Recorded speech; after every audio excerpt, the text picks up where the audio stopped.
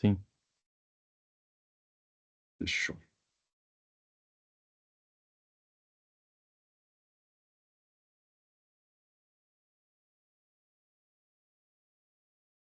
E ver se ele tá gravando minha tela aqui.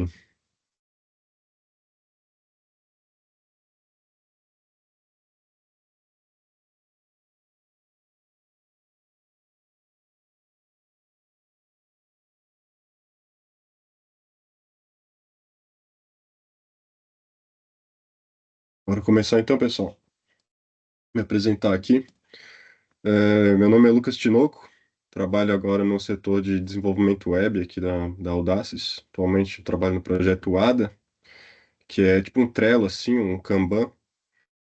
E a gente faz o gerenciamento de coleções aqui, né? Espero hoje trazer um conhecimento legal para vocês aí de Clean Architecture, Domain Driven Design aplicado a arquiteturas web, sistemas web, tanto no back-end, tanto no front. Antes de tudo, peço desculpa, estou um pouco rouco aqui, um pouco com dor de garganta, mas sem problemas. E eu queria poder programar aqui ao vivo com vocês, só que o nosso tempo é bem curto, bem limitado, então depois eu vou disponibilizar uma aula completa para vocês, que vai dar algumas horinhas, umas 2 horinhas, a gente fazendo o projeto do zero junto, fechou?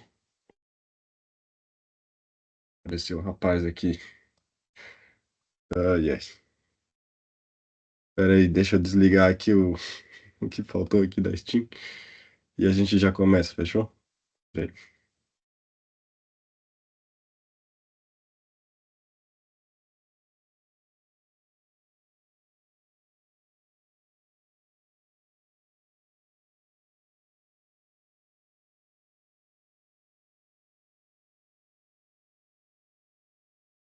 Então vamos começar. Acho que todo mundo já viu esse diagrama alguma vez, pelo menos no livro de Arquitetura Limpa. E ele é um diagrama bem complexo, né? Ele tem várias camadas, várias funções aí. Só que a gente vai quebrar uma a uma e entender profundamente como que funciona cada camada dessa daí e para que ela serve, fechou? A primeira camada que a gente tem é a camada de domínio, que é a parte mais interna, essa parte amarela aqui, que é a parte mais protegida do nosso sistema. Aqui vai ter todas as nossas regras de negócio, todas as nossas limitações do software, e aqui ele é totalmente independente de tecnologia de frameworks. Então a gente vai ter a linguagem bem pura aqui de programação, né? Vai ser bem pura mesmo, classes puras e o mais independente de libs possível também. Na camada de domínio a gente vai ter as entidades, os objetos de valor, né? Os value objects, os aggregates, interfaces de repositório e também os domain services, ok? Começando pelas entidades aqui. O que que são as entidades? As entidades elas são algo único no sistema. Por exemplo, eu, Lucas, só existe eu no mundo inteiro, só existe um de mim no mundo inteiro, no universo inteiro. Então eu sou uma entity. Eu tenho algo único, uma identidade, um ID, beleza? Algo que me diferencie de outras pessoas. Posso ter o mesmo nome que outra pessoa, posso ter vários atributos, mesma idade que outras pessoas, só que algo ali vai ser diferente. No caso, é a minha identidade, meu ID. Aqui é uma classe de um entregador, né, um delivery man. Então ele vai ter um ID, vai ter um nome e também vai ter a quantidade aqui de entregas que ele fez, por exemplo. Então a entidade ela vem aqui, ó, da palavra identidade. Só lembrar, entidade, identidade. Bem tranquilo, tá? Um pouquinho sobre o SRP, o S do Solid, ou princípio de responsabilidade única, que o pessoal tem bastante dúvida. Ah, mas o meu SRP, o que que eu estou fazendo aqui de errado e tudo mais. Normalmente o pessoal pensa que o SRP é fazer apenas uma coisa na classe, tipo, fazer uma ação só, criar 1 milhão de funções diferentes para fazer várias operações, sendo que não é necessariamente isso. O SRP, ele vem dos contextos delimitados, ou seja, a gente tem que fazer ações só daquele escopo, daquele módulo ali, daquele aggregate. Então, por exemplo, aqui um entregador, um carteiro, ele pode coletar lá uma encomenda na agência do correio, ele pode entregar essa encomenda, mas, por exemplo, não faz sentido ele criar uma encomenda do zero, não faz sentido ele criar um pedido num site de e-commerce, não faz sentido, sei lá, ele processar o custo do frete, calcular o preço do frete, né? Então, a gente fecha isso aqui com o contexto dele aqui, ó, o contexto do entregador. Então, a responsabilidade única não é literalmente fazer apenas uma coisa, mas fazer apenas aquelas coisas daquele escopo ali, daquele contexto. Então, por exemplo, eu tenho um usuário no meu sistema, uma entidade usuário. Só que esse usuário faz operações tanto no sistema de RH e tanto no sistema jurídico da empresa e também no sistema de vendas. Mas daí vem uma pessoa do RH lá perguntar para mim: Ah, Lucas, eu estou tendo um problema aqui nessa função aqui do meu sistema e eu queria mudar isso aqui, adicionar isso aqui e tal, não sei o quê. E daí outra pessoa de outro departamento vem e também reclama do mesmo módulo ali, né? Da mesma funcionalidade, só que querendo adicionar coisas diferentes. Então elas estão reclamando de motivos diferentes sobre uma mesma função, uma mesma classe.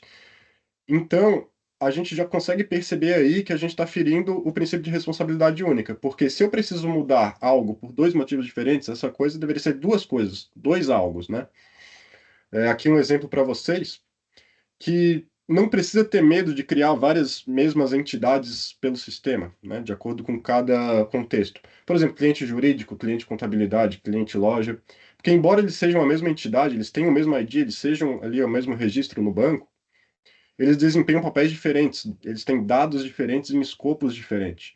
Pode ser que, por exemplo, o meu usuário fez, sei lá, 10 pagamentos, mas o que que o sistema jurídico, por exemplo, tem a ver com pagamento, né? Geralmente é mais o pessoal de contabilidade que vai lidar com isso.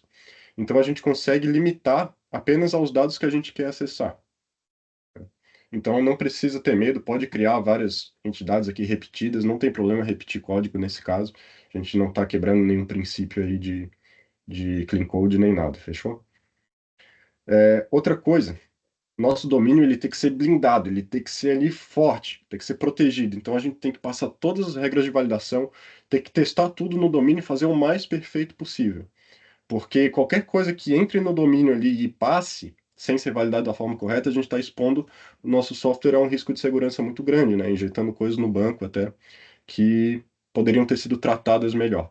Então, o domínio mesmo é a camada mais sensível e tem que ser a mais blindada do nosso sistema. Então, é muito importante. Ah, não consigo testar o resto do software. Testa só o domínio, então, mas o domínio é obrigatório, assim, a gente tem que fazer toda a validação perfeita e todos os testes perfeitos.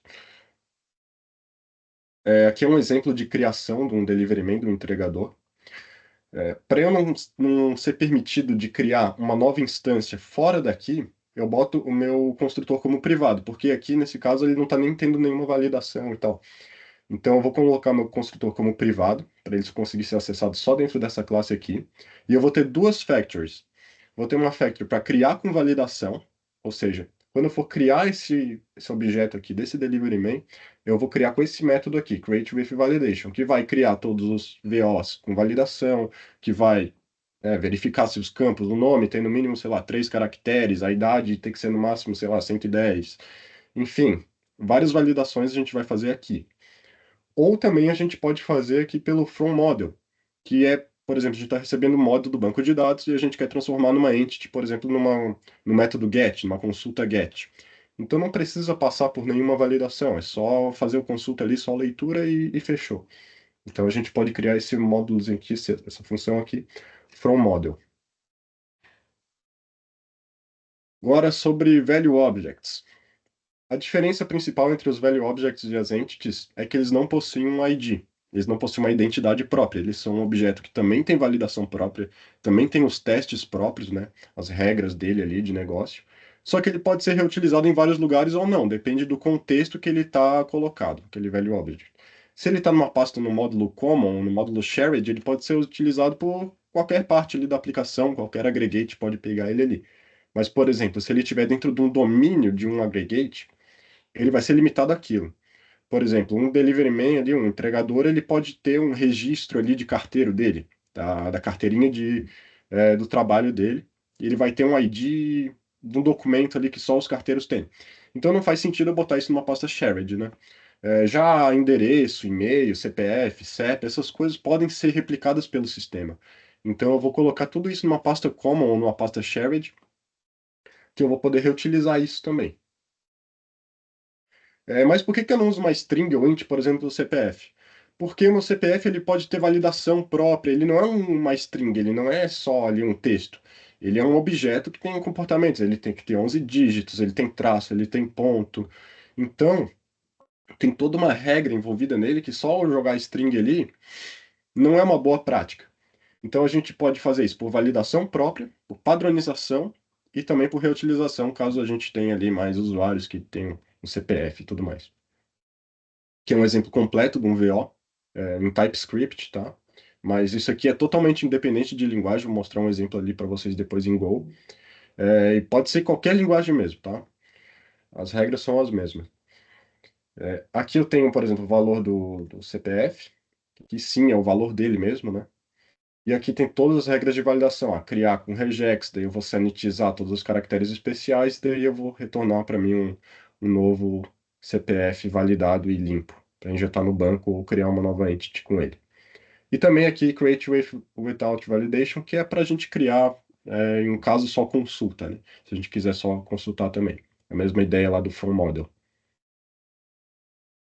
E parece ser bastante código assim, mas normalmente os VOs, eles têm um código bastante repetido.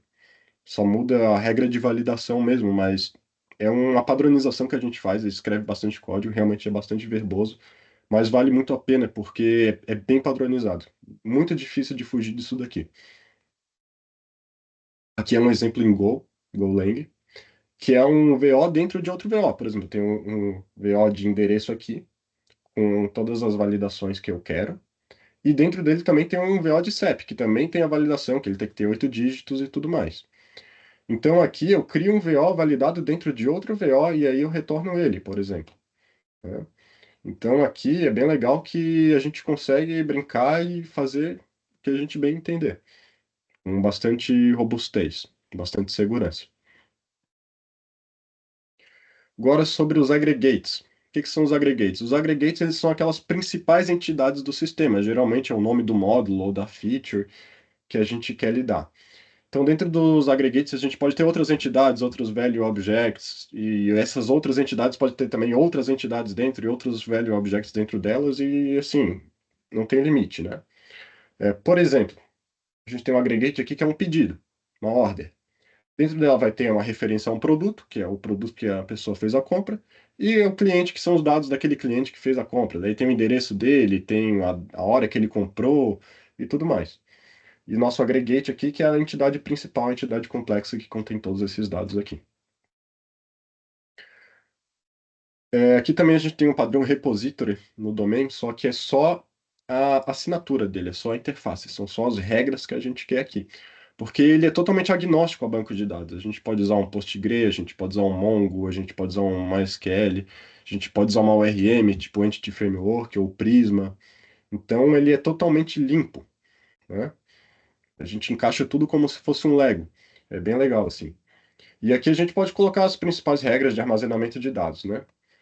E aqui também não tem nenhuma tecnologia amarrada no repositório do domínio, né?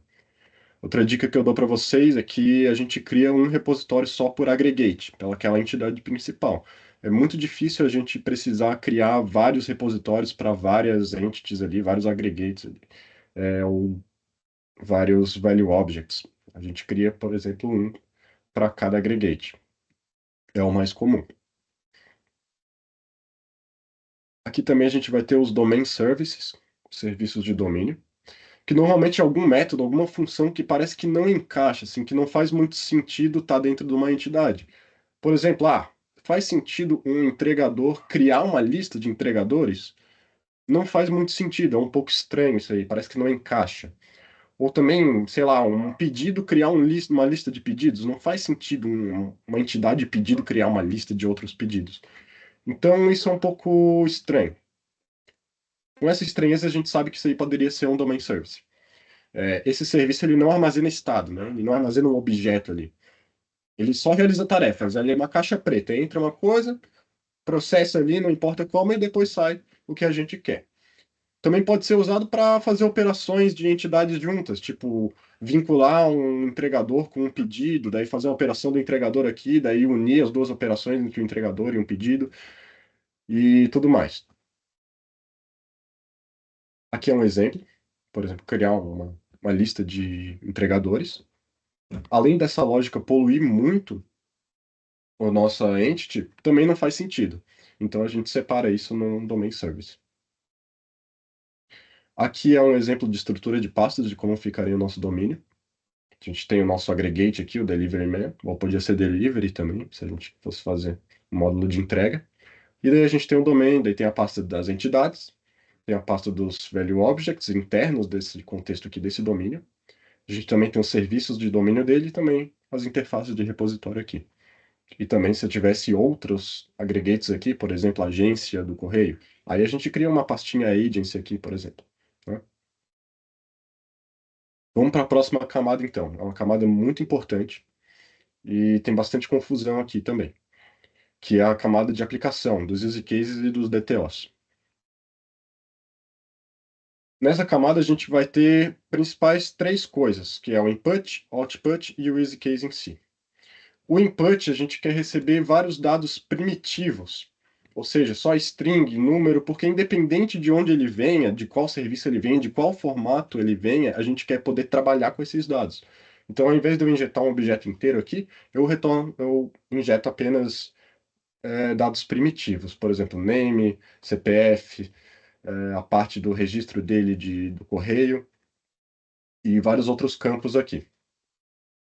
A gente pode, por exemplo, pegar um address, um endereço que ele tem rua, bairro, cidade, e também botar tipo address underline state, address underline city, address underline number, aqui fragmentadinho também para depois unir tudo em um objeto só. O output ele vai servir como um feedback que a gente quer dar para o nosso controller ou para o que chamou esse use case. Então ele entra com o input e sai com o output com os dados. Por exemplo, a gente registra aqui um novo delivery man, um novo entregador, e daí retorna, o ID do cara é esse e o nome do cara é esse aí, só para a pessoa ter um feedback. Então aqui é de acordo com a configuração que a gente quiser fazer. Agora, a parte mais importante, que é o use case, que ele normalmente ele reflete uma ação de um usuário do nosso sistema. Então, ele vai fazer uma operação de ponta a ponta, ele vai fazer desde a criação dos VOs, da criação das entidades, as chamadas aos domain services, ele vai fazer uma operação, assim, vai ficar bem grande o use case, só que não tem problema, porque ele já é uma camada própria para isso, né? Então a gente pode, vou ter alguns exemplos, enviar um e-mail, notificar uma fila de outros eventos de mensageria, gerar logs, então ele faz uma operação completa, né?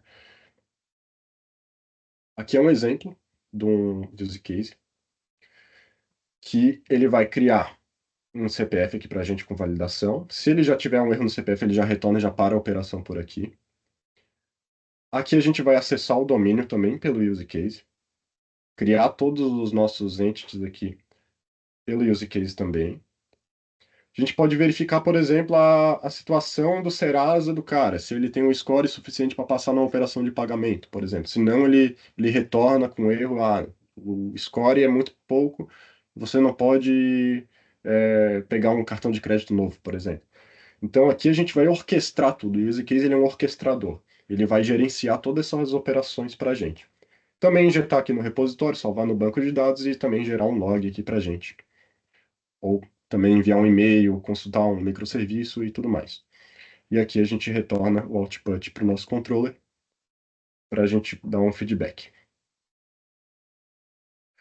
Uma dica que eu dou para vocês sobre os use cases é que a gente pode botar os arquivos, né, as classes ali dos DTOs, que são referentes a ele, tudo no mesmo arquivo. Então a gente pode botar o input do novo delivery man ali também e o output também junto com o use case. Vão ficar três classes ali no mesmo arquivo. Caso sua linguagem de programação não permita fazer isso, pode criar outra pastinha DTO ali, colocar o nome da pasta, do nome da operação do use case e colocar input, output ali também no nome dos arquivos. Piora um pouco a legibilidade, aumenta um pouco também a complexidade ali do sistema, mas não é o fim do mundo. Pode pôr assim que não tem problema.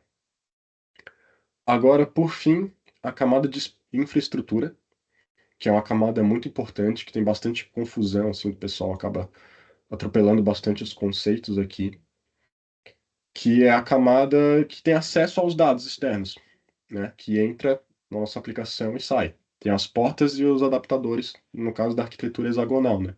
Tem a saída e a entrada de dados. Aqui a gente vai ter os módulos do banco de dados e os mappers. A gente vai ter a implementação do repositório, então aqui a gente vai colocar uma tecnologia para rodar esse repositório. E também os controllers HTTP, gRPC ou qualquer outros, né?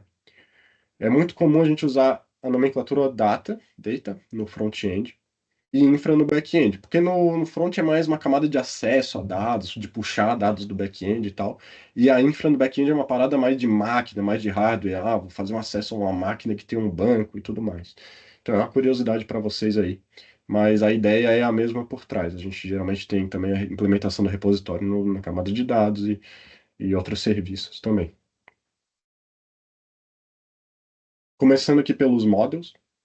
Os models eles refletem a estrutura de uma entidade no banco de dados. Então, ele é literalmente aquele modelo que a gente tem na nossa tabela do banco, para a gente conseguir comunicar com o nosso domínio. Então, o domínio ele tem que ser totalmente protegido. A gente não pode injetar uma entidade lá direto no banco, assim.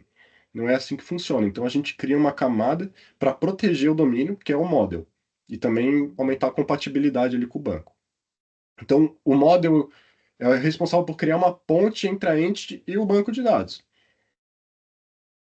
Por exemplo, aqui, ó, ele é independente também de tecnologia. SQL puro, Mongo, ORM, Entity Framework, Prisma, o que a gente quiser colocar aqui, ele está aceitando. Aqui é um exemplo de models e de mapper.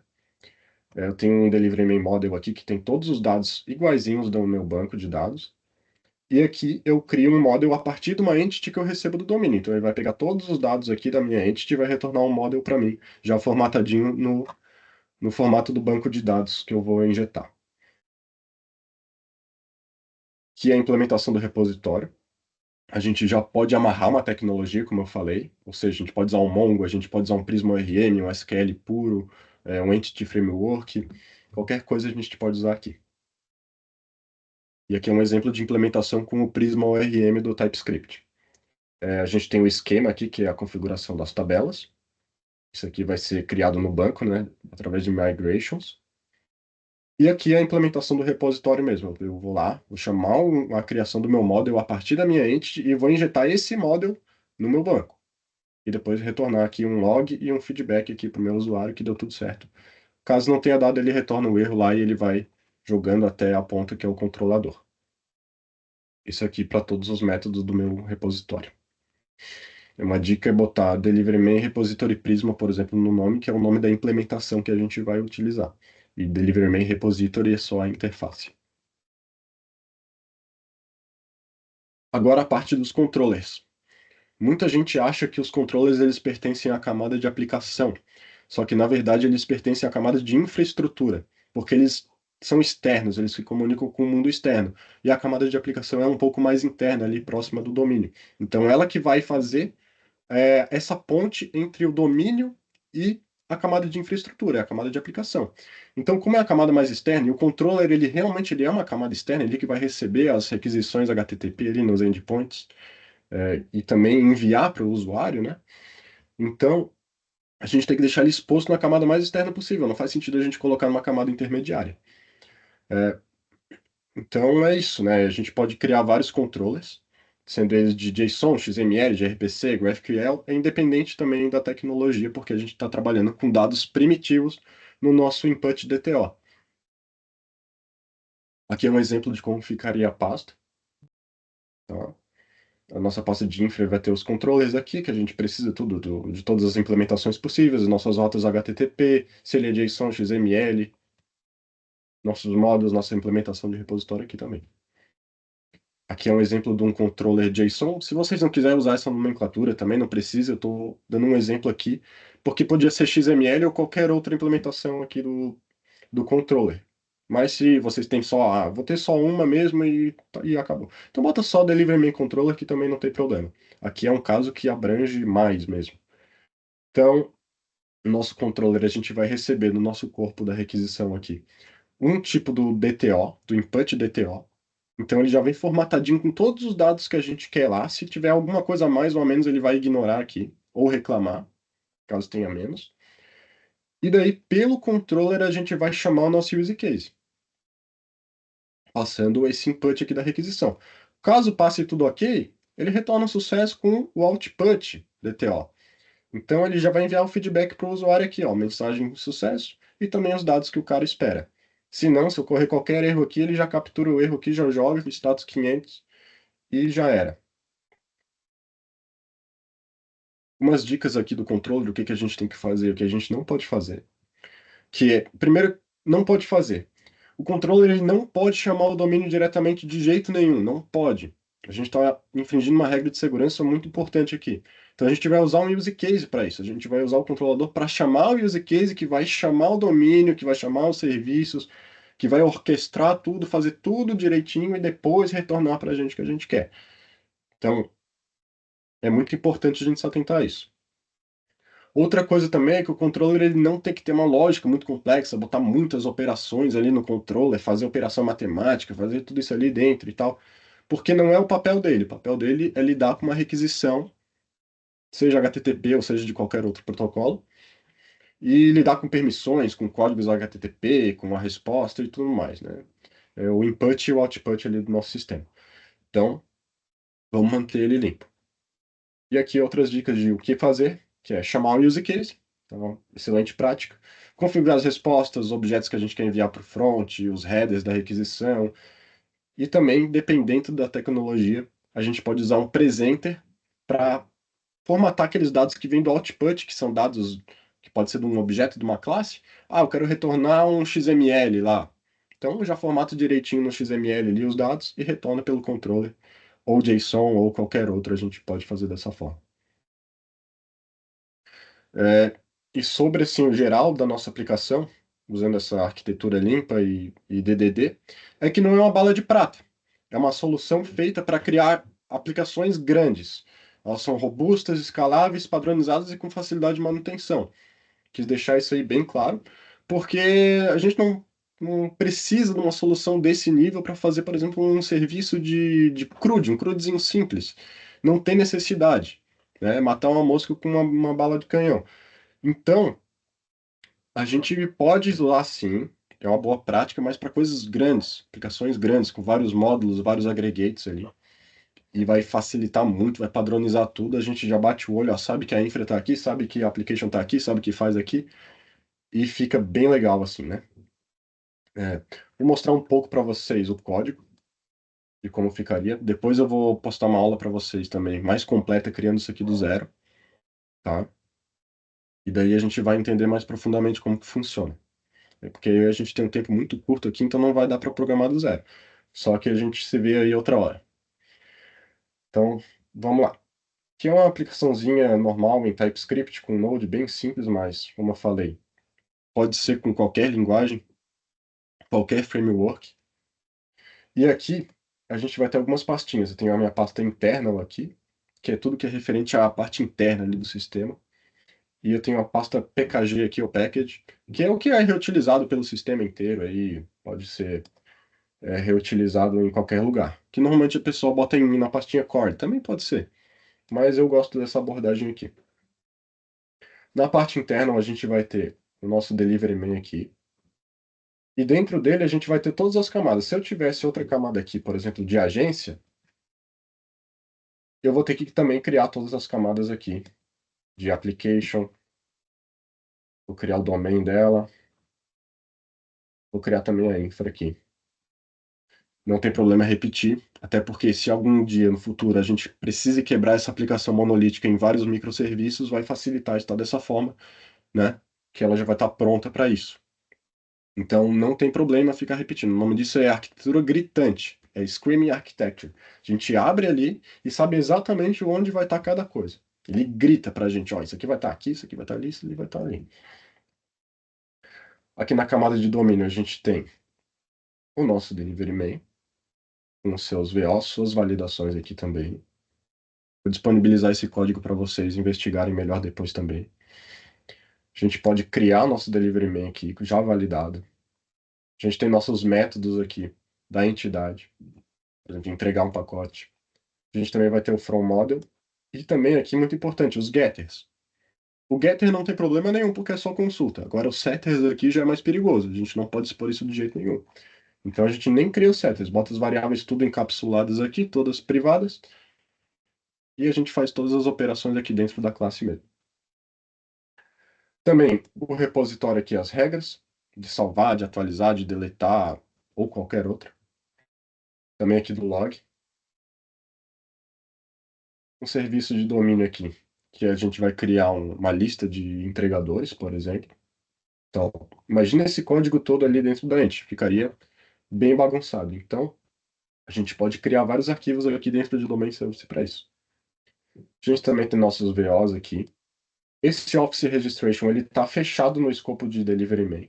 Então, a boa prática é, direto pela entidade do Delivery Man, criar ele, já que ele é fechado nesse aggregate aqui.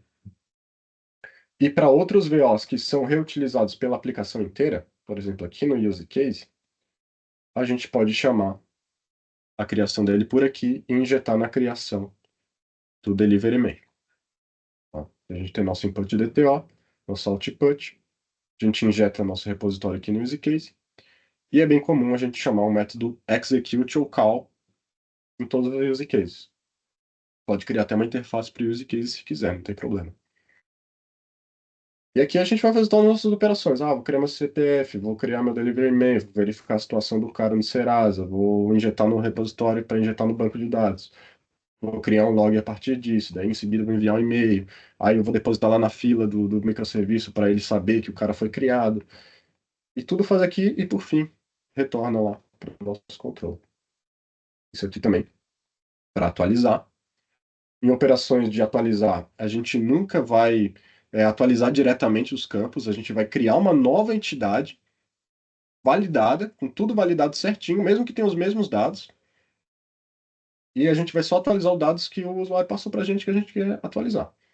Então aqui a gente vai criar tudo também da mesma forma, não tem problema, é segurança. A gente quer evitar o máximo de conflitos possíveis aqui no nosso banco. Na parte de infra,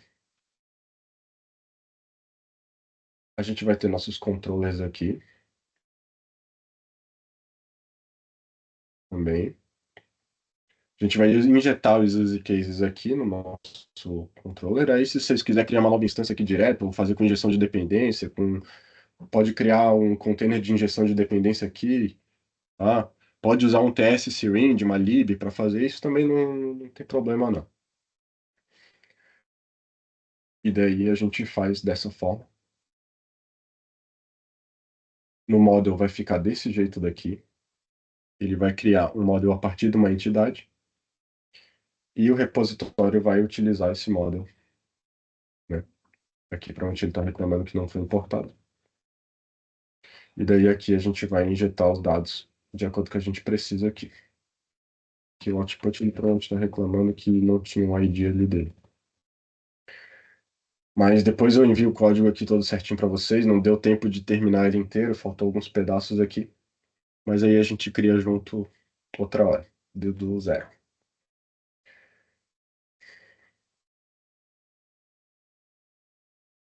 Também a configuração de banco de dados aqui, a gente pode criar uma pastinha config para isso e colocar tudo lá no nosso main, configurar o banco aqui, fazer o setup da aplicação, dos services, dos middlewares. Isso aí é a parte de framework, né? Então, aí vai depender da tecnologia que a gente quiser usar. Se vai usar um Nest.js, se vai usar o Express, se vai usar... Isso aqui já não importa no contexto da nossa aula. É porque o domínio ele vai se encaixar de qualquer jeito que a gente quiser. Ali as camadas vão se encaixar perfeitamente em qualquer implementação externa. E vai ser bem mais tranquilo para trocar no futuro também. Caso a gente precise trocar de tecnologia, a gente não vai sofrer tanto. Quero agradecer vocês aqui por estarem aqui comigo. Essa aula deu bastante trabalho para preparar, até porque é muito conteúdo em pouco tempo também, foi um pouquinho acelerado. Mas espero que vocês tenham gostado. Se tiver alguma dúvida, pode me chamar no Teams, pode me chamar também no LinkedIn se quiser conversar comigo. E o link do repositório eu deixei aqui também. E vou deixar os slides para vocês e essa aula gravada. E quando der, eu vou postar para vocês a aula fazendo o sistema ali do zero, completo. Se vocês quiserem escolher alguma linguagem diferente aí, pode dar uma sugestão também. Tá? E é isso, pessoal. Espero que vocês tenham gostado. Muito obrigado aí. Se quiser falar alguma coisa, pode falar já também. Pô, ficou bom, cara. Tu vai enviar os slides aqui no chat, o link também? Isso, posso enviar sim. Tá.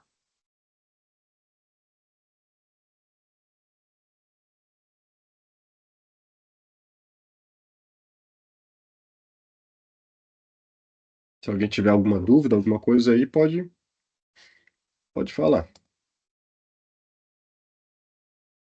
Algum comentário, alguma coisa. Tá querendo vir trabalhar no time da Ficha Web? É sacanagem. Não, ficou bem didático, bem legal. Tu tem a manha de ensinar. Uma fala clara, dá para entender bem o que tu está falando. Gostei bastante da tua apresentação. Obrigado por compartilhar. Obrigado, cara. Obrigado pelo feedback aí.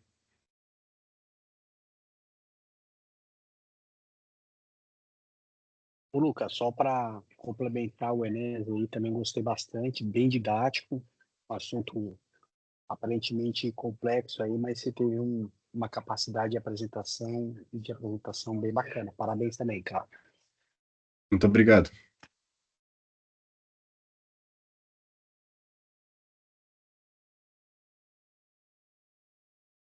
Quem quiser, pode falar e fica à vontade, que a gente tem 5 minutinhos ainda. Mas assim, ó, é um de cada vez, tá, gente? O pessoal tá tímido aí, mas pode falar aí que não dá nada, não. A gente trabalha tudo junto aí. Pessoal que programa geralmente não é de falar muito, né? Mas, massa, cara, ficou legal a apresentação. Queria só, tipo, comentar assim, né? Porque tu apresentou assim de um ponto de vista um pouquinho mais voltado pro back, né? E, claro, dá pra fazer isso tudo aí no front. E aí a questão de o cara parar pra pensar mesmo na arquitetura na hora de programar, né? Uhum. Porque, claro, às vezes a gente pega um projeto que já está em andamento, é um pouco mais difícil de pegar e aplicar uma arquitetura complexa, assim, entre aspas, né? Sim. Num projeto que já está em andamento. Mas às vezes, quando o cara está começando um projeto, dá para parar e pensar, né, o que vai fazer e tentar aplicar uma arquitetura assim mais organizada, né? Uhum. E é bem importante porque às vezes a gente perde tempo ali no início de deixar tudo prontinho e tal, mas a gente ganha muito tempo lá na frente, quando for fazer manutenção, a gente sabe exatamente onde está cada coisa, né? A gente já sabe o que quebra, por que que quebra e tudo mais. Realmente isso aí pode ser migrado aos poucos, mas o ideal já é começar o projeto dessa forma, para não sofrer tanto.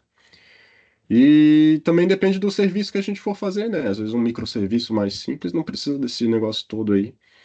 Às vezes é uma parte mais complexa, um serviço ali mais complexo, que precisa ser mais robusto, a gente faz dessa forma. Mas não precisa ser para tudo também. Pode usar algumas camadas só, pode usar principalmente o Easy Case, que eu gosto bastante, que ele orquestra tudo ali, ele une tudo e sabe exatamente o que está acontecendo de uma forma síncrona, né? Meio que procedural, assim. E, e é isso. Se quiser simplificar a arquitetura, fazer com menos camadas, pode ficar à vontade também. Ou se quiser usar a implementação inteira, também é bem legal, assim, para fazer projetos maiores.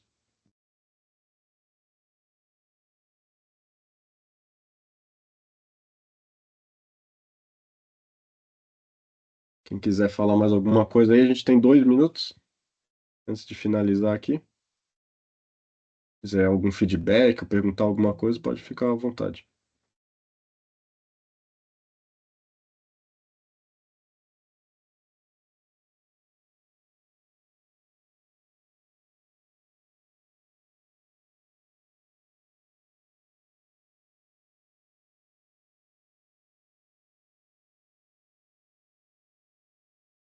Só então tem nada, tá todo mundo aí bem quietinho. Acho que é isso, pessoal. Vou finalizar então por aqui.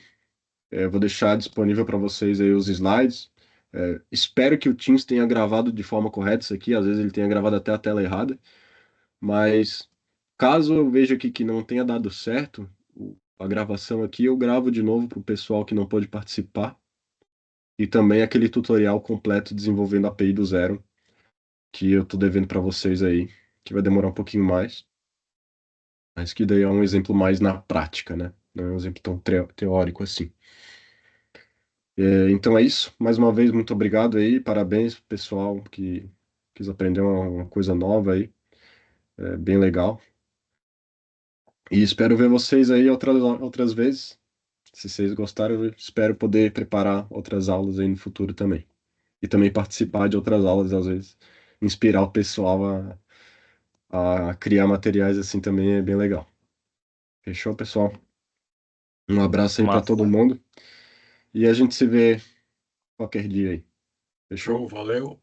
Abraço aí. Obrigado, hein? Um Galera, boa abraço. tarde, bom trabalho. Tchau, tchau. Bom Valeu, trabalho aí, pessoal. pessoal. Abração Valeu, aí. pessoal.